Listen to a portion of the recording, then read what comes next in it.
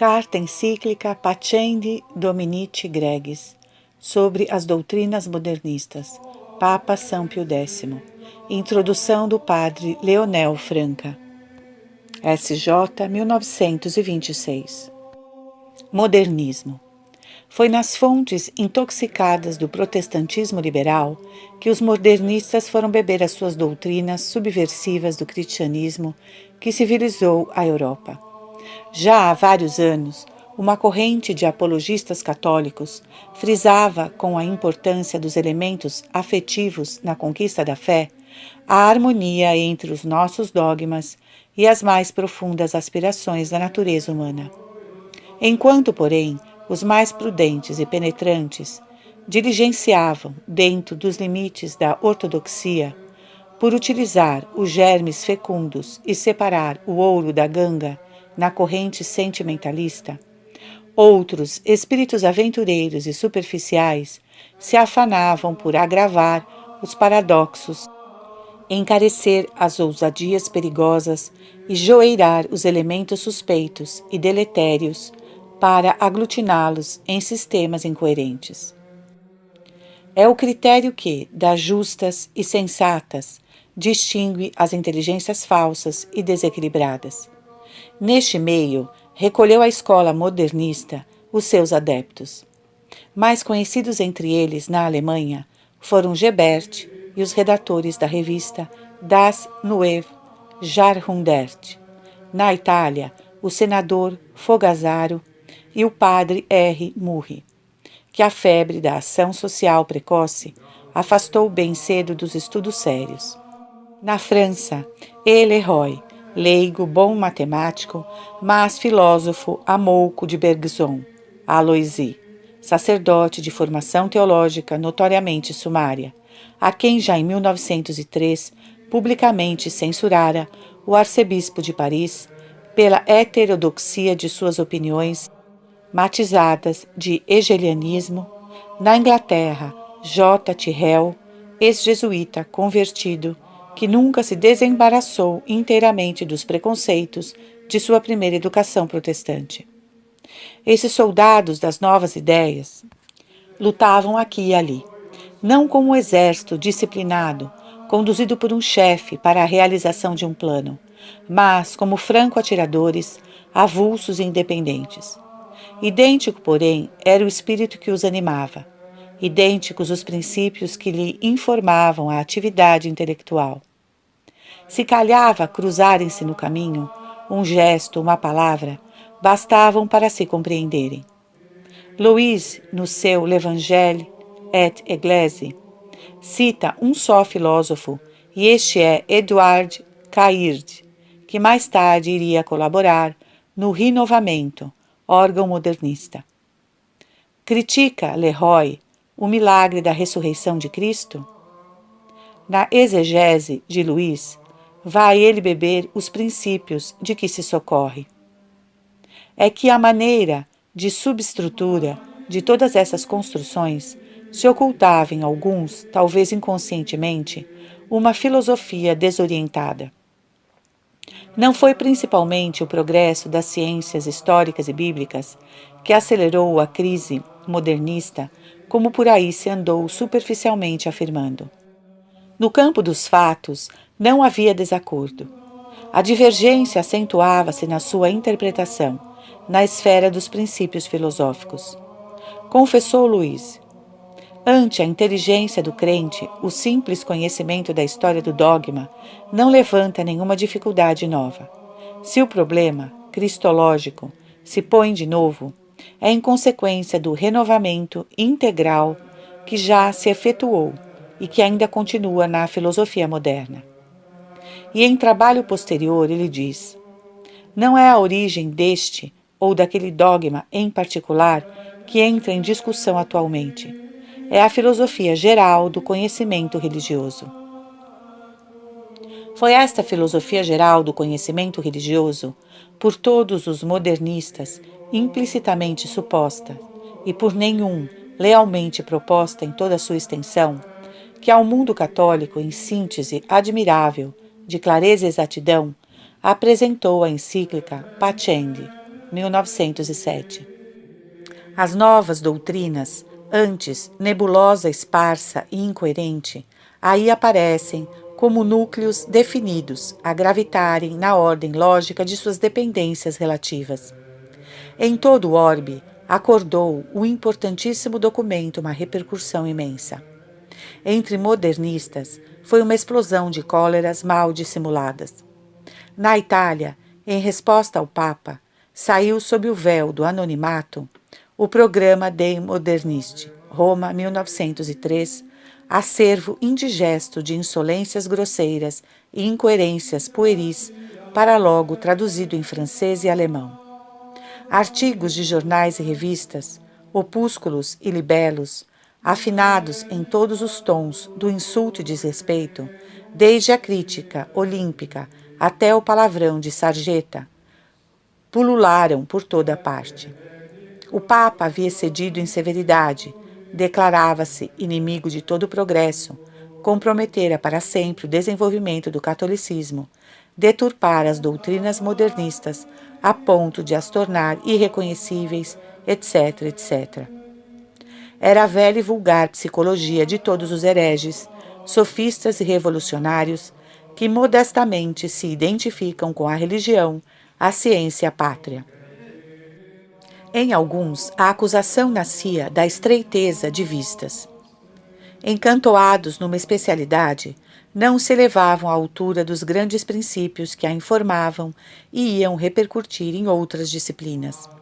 Assim, o exegeta não se julgava solidário aos desvios do filósofo. O historiador desligava sua responsabilidade das aventuras do teólogo. Esqueciam todos que o Papa não condenava diretamente um indivíduo, mas uma doutrina. Não feria um modernista, mas o modernismo em todo o âmbito de suas manifestações polimorfas. Em outros, revia manifestamente a má-fé. Professores ou escritores católicos, haviam eles falado muitas vezes em harmonia, ao menos verbal, com os ensinamentos tradicionais. O erro se lhes insinuava por entre a verdade. Nada mais espontâneo a um amor próprio ferido que a ideia de respigar uma meia dúzia de trechos irrepreensíveis e florear a paveia artificial como pendão triunfante da ortodoxia contra as malsinações do Papa. Era um expediente desleal, do primeiro momento, à espera que a crítica sincera e conscienciosa, em magnífica apologia da sinceridade do documento pontifício, enfileirasse atrás de cada afirmação da encíclica uma série respondível de asserções modernistas. A fidelidade foi muitas vezes levada à identidade verbal. Esse desabafo explosivo de cóleras mal domadas então não se justificava, mas entendia-se. O que se não justifica nem entende é que é tristemente deplorável é que, volvidos quase 20 anos, um foliculário qualquer venha julgar o documento do Papa e taxá-lo de calunioso, estribado nestes libelos nascidos na efervescência dos primeiros ódios e despeitos. Nos ambientes católicos, a encíclica foi acolhida, não só com submissão devido à palavra do Supremo Pastor, a quem Cristo confiou a missão de confirmar na fé a seus irmãos, mas ainda com entusiasmo pelo seu elevado valor doutrinal. É uma obra-prima de verdade, escrevia o periódico belga Revue des Sciences Philosophiques et Théologiques, 1905, página 648. Entre muitos acatólicos sérios e desinteressados na pendência, a atitude foi de respeito e mesmo de admiração. A uns impressionou a solidez da estrutura científica da encíclica, como ao filósofo Gentili, que nela viu una magistrale esposizione e una critica magnifica dei principi filosofici di tutto il modernismo. Paulsen, professor de Berlim, reconheceu a primeira origem das ideias proflígadas. É bem provável, diz ele, que todas as doutrinas condenadas na encíclica sejam de origem alemã. A outros causou maravilha a exatidão e o tom de sinceridade do Papa. O que é notável e novo é que a encíclica expõe o modernismo não sob a forma de caricatura, mas como espécie de objetividade e quase em todo o seu encanto. O próprio Tyrrell, contradizendo-se à distância de poucas linhas, confessou num artigo do Times que o retrato do modernista era tão sedutor que a leitura da encíclica constituiu um perigo para os filhos do século. Expondo doutrinas. O cristianismo, escreveu Fontenelle, é a única religião que tem provas. E só a Igreja Católica sabe respeitar plenamente os direitos da razão. Se alguém lhe bate à porta, antes de lhe impor a fé, fala-lhe a inteligência. Antes de lhe exigir a sujeição, mostra-lhe os títulos de seus direitos. Exibe-lhes as credenciais de sua missão divina. Quando se envolve em toda a sua plenitude, esta demonstração compreende 3 fases ou momentos que se resumem na trilogia Deus, Cristo, Igreja. A existência de Deus pessoal e transcendente, Criador e Providência, é o primeiro alicerce da vida religiosa. Prová-lo à evidência, eis o objeto da Teodiceia.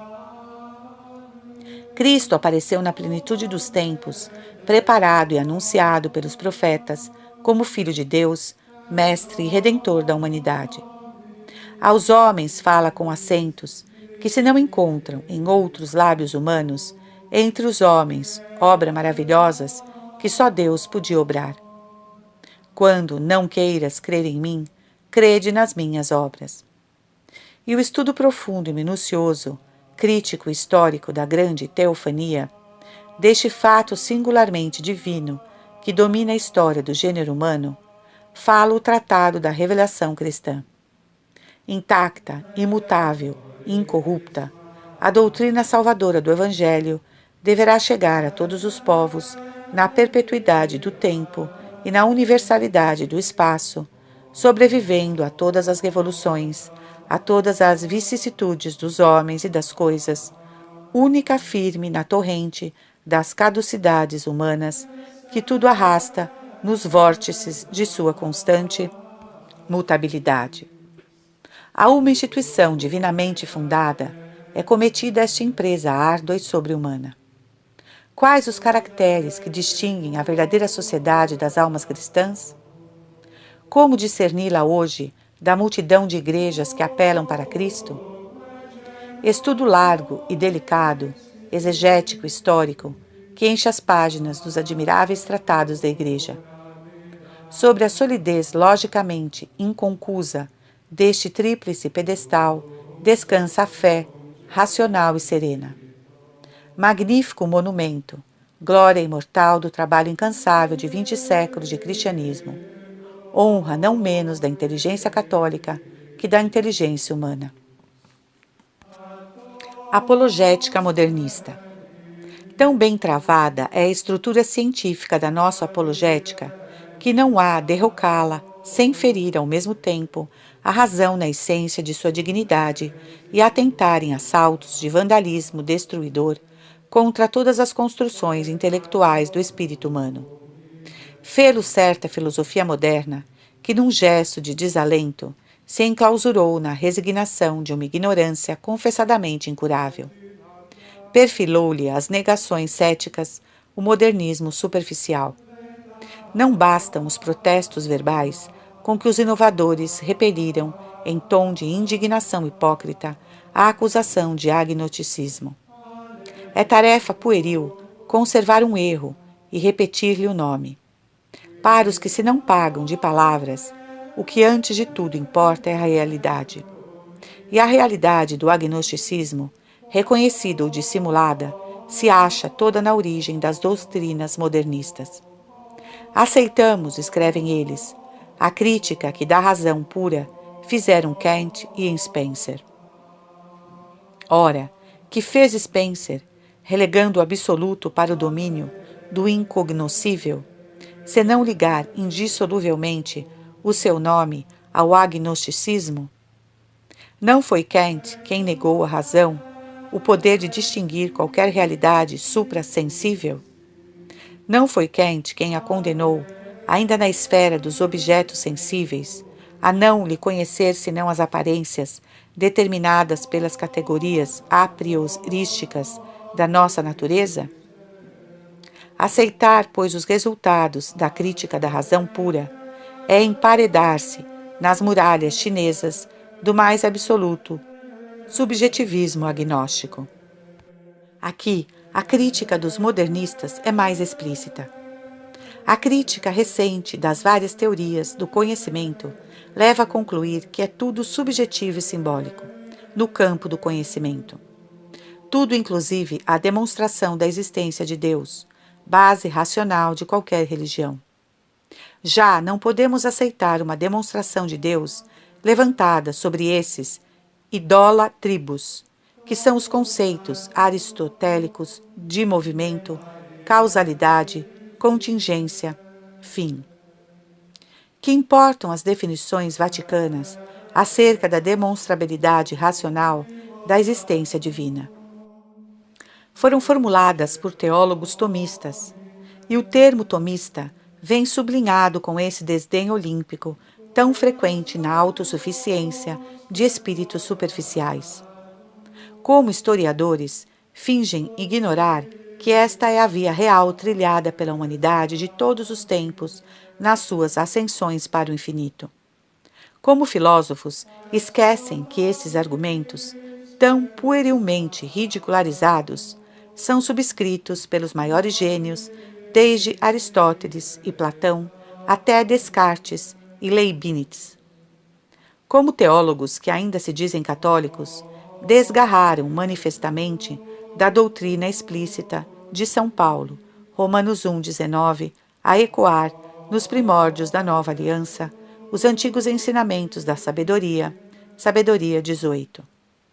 É que os modernistas declararam guerra sem quartel à inteligência na mais nobre de suas funções. Para nós não existe a razão abstrata. Só existe em função de outras faculdades instintivas, cujas exigências e resultados assinala. Se não existe a razão abstrata, que resta de nosso patrimônio científico, todo ele baseado nos princípios especulativos por ela formulados? Tão radical e tão anti-intelectualista é a parte destrutiva da nova apologética. Imanência. Agora é mister construir. Se o edifício religioso já não pode descansar em seus fundamentos racionais, importa assentá-lo em novas bases. Se a inteligência não as pode subministrar, batamos a porta do coração, do sentimento, das exigências religiosas indefiníveis, dos impulsos latentes da subconsciência.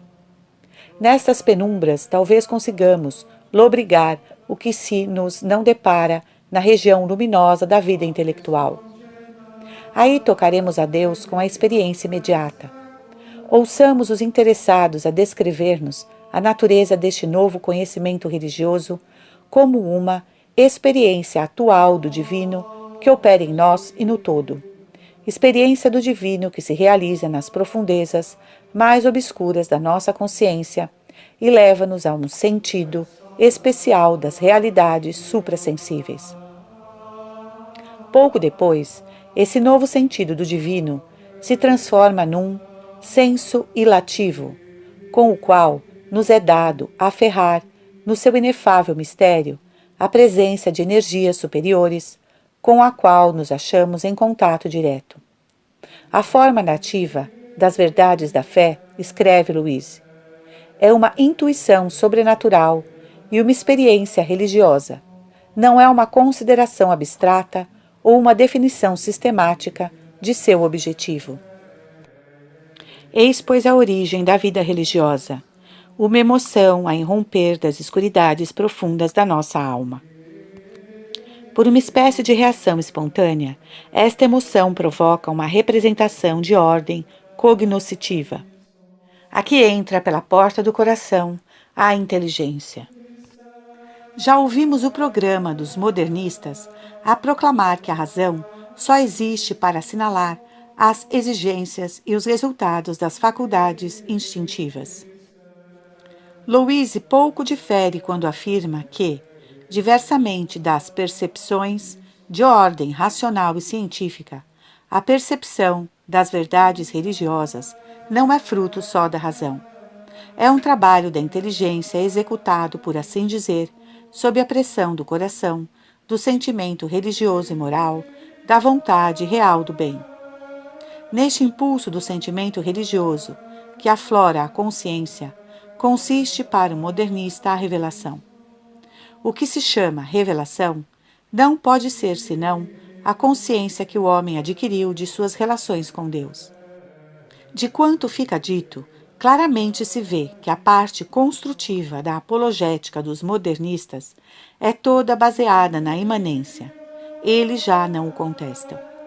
No sentido mais geral, o imanentismo afirma que só quanto se inclui na esfera de nossa atividade subjetiva, quanto é por nós experimentado e vivido, pode ser objeto de conhecimento. Aplicada à questão religiosa, o novo sistema pretende que Deus se deve buscar dentro, não fora de nós. Aqui ainda, a imanência pode ser utilizada como método ou afirmada como doutrina. Como doutrina, a experiência interna constitui já a afirmação de Deus. Como método, essa experiência subministra apenas o ponto de apoio de uma verdadeira demonstração. Das tendências e exigências religiosas de nossa alma, se pretende inferir a realidade capaz de a satisfazer. É legítima semelhante inferência? Não, evidentemente. Uma religião que se satisfaz aos desejos profundos da alma, às suas mais íntimas aspirações, convém ao sujeito, é boa. Será por isso mesmo verdadeira? Ainda não. Da bondade à verdade não se pode passar sem intermediários. A transição torna-se de todo impossível quando se trata de uma religião sobrenatural. O sobrenatural, por definição, se acha fora das exigências da natureza. O método imanente não pode, portanto, construir exclusivamente um vestíbulo racional do cristianismo. Como complemento, porém, da apologética externa, presta-lhe inestimáveis serviços. Os argumentos externos demonstram a verdade da religião, os internos a sua bondade. Aqueles falam à inteligência, estes ao coração. Uma apologética integral enfeixa-os harmoniosamente na síntese perfeita de suas demonstrações. Esse admirável trabalho tem sido empreendido por inumeráveis autores católicos. Aos modernistas, porém, veda a lógica a utilização da imanência método acima descrita. A argumentação que parte das tendências naturais descansa em princípios especulativos, em princípios de ordem abstrata, que não podem ter valor subjetivo para quem mutilou a razão com o subjetivismo kantista. Só lhes resta, pois, a imanência doutrina, a afirmação de que a nossa experiência religiosa aferra imediatamente a Deus. Neste intuicionismo pseudomístico, vão ainda adiante, pretendendo que a emoção já é uma manifestação do infinito imanente, uma aparição do divino nas profundidades da consciência. Ultrapassamos destarte os limites da mais tolerante ortodoxia e entramos afoitamente no panteísmo com todos os seus perigos e absurdos. Com efeito, se todo o conhecimento de Deus se reduz a uma experiência que tenta sentir o divino na consciência ou na natureza, se nos é impossível elevar-nos dos efeitos criados à causa primeira, segundo os processos lógicos e naturais do espírito humano, se o divino é objeto de intuição direta, e a intuição direta não atinge senão o próprio ato consciente, por que não identificar Deus com a própria consciência? E assim, de decadência em decadência, de erro em erro, de abismo em abismo, os modernistas mais lógicos justificaram a destruição gradual da fé e da vida religiosa, assinalada concisamente na encíclica. O primeiro passo foi dado pelo protestantismo de Lutero, o segundo pelo modernismo, na Alheta de Kant e Schleiermacher. O seguinte precipitará no ateísmo. Aí estão as inevitáveis consequências das aberrações religiosas destes incautos doutrinadores que uma crítica míope tentou aureolar com a glória de libertadores do pensamento católico e restauradores do cristianismo primitivo. A encíclica Pacendi. Das eminências a que chegamos agora, e com um recuo histórico de quase 20 anos, podemos apreciar em toda a sua grandeza o valor excepcional do grande ato de Pio X. Depois de multiplicar por vários anos os conselhos e admoestações paternas, a intervenção enérgica e decidida do Papa foi ainda uma vez, na história, uma afirmação da dignidade do homem e uma defesa dos direitos intangíveis de Deus. Afirmou a dignidade do homem, tutelando a integridade de suas forças intelectuais.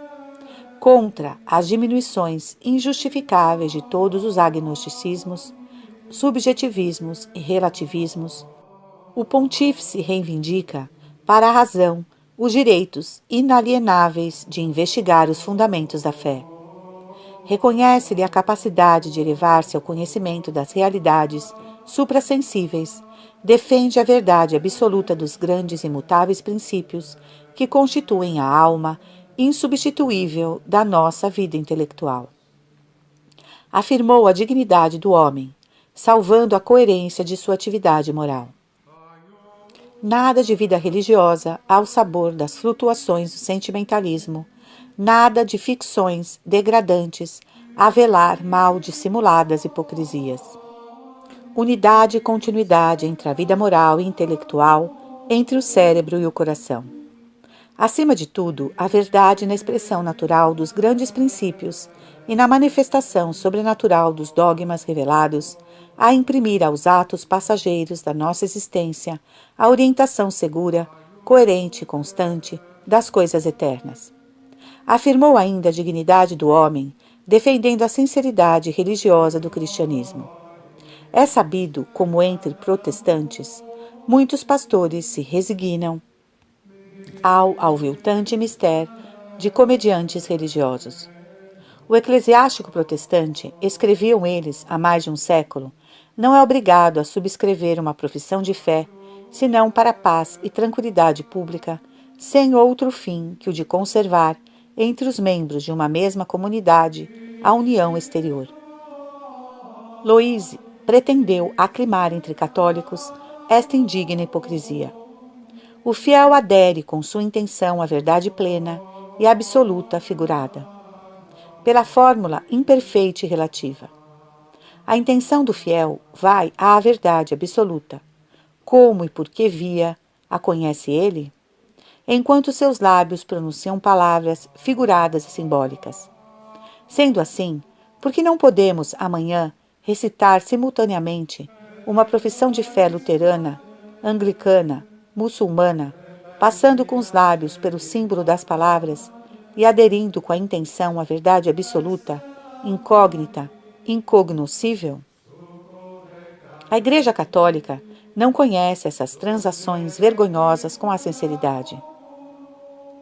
Não há considerações pedagógicas que a seus olhos legitimem a mais abominável das hipocrisias, a hipocrisia religiosa. Quando ela nos impõe o seu credo, exige de nossos corações a adesão leal ao significado do que pronunciamos. Quando dizemos creio em Jesus Cristo, Filho unigênito de Deus, Deus de Deus, luz de luz, Deus verdadeiro de Deus verdadeiro, toda a nossa alma, na plenitude de um ato consciente, se inclina em homenagem de adoração ao Salvador. Outros poderão não ter esta fé. Nenhum homem reto, porém, poderá deixar de admirar a coerência, a lealdade, a nobreza de semelhante proceder. Acima da afirmação da dignidade do homem, a palavra do Papa foi principalmente uma defesa das prerrogativas intangíveis da verdade divina. Quem não tem um conceito exato, uma percepção viva da infinita, absoluta e inefável majestade de Deus, na inviolabilidade soberana dos seus direitos, não pode entender a intransigência dogmática da Igreja Católica. A Igreja não é autora de um sistema humano, filosófico ou religioso. É depositária autêntica de uma revelação divina. Cristo ensinou-nos uma doutrina celeste. A doutrina que eu vos ensinei é daquele que me enviou. João 7, 16, 12, 49. Aos seus discípulos ordenou que a transmitissem a todo o gênero humano, na sua integridade incorruptível. Ensinai-lhes a observar tudo o que vos mandei. Mateus 26, 20. E para que a falibilidade humana não alterasse o depósito divino, prometeu-lhes a eficácia preservadora de sua assistência. Estarei convosco até o fim dos tempos. A Igreja Católica tem, pois, promessa divina de imortalidade, de infalibilidade. Não foi, não será nunca infiel à sublimidade da sua missão. Quando a sinagoga, alarmada com os prodígios que sancionavam o cristianismo nascente, prendeu os apóstolos e lhes impôs um silêncio criminoso, Pedro respondeu aos sinedristas um sublime non possumus. No volver dos séculos, nunca desmentiu a Igreja as promessas desse seu batismo de sinceridade. Todas as vezes que o erro, armado como a força, mascarado como o sofisma ou subdolo como a política, bateu às portas do Vaticano, pedindo ou implorando-lhe uma concessão, uma aliança, um compromisso, saiu-lhe ao encontro um ancião inerme e venerável, na candura simbólica de suas vestes, e com voz firme e olhar fito no céu, respondeu-lhe: Non possumus. Após quase 2000 anos, ecoando ao protesto necessário do humilde pescador da Galileia, outro humilde filho do povo opôs à mais refinada, altiva e perversa aberração religiosa a negação serena de sua divina intransigência. E o non possumus de Pio X, que foi uma reivindicação solene dos direitos e da dignidade da nossa natureza, salvou ainda uma vez o cristianismo, que só é fermento de vida da humanidade.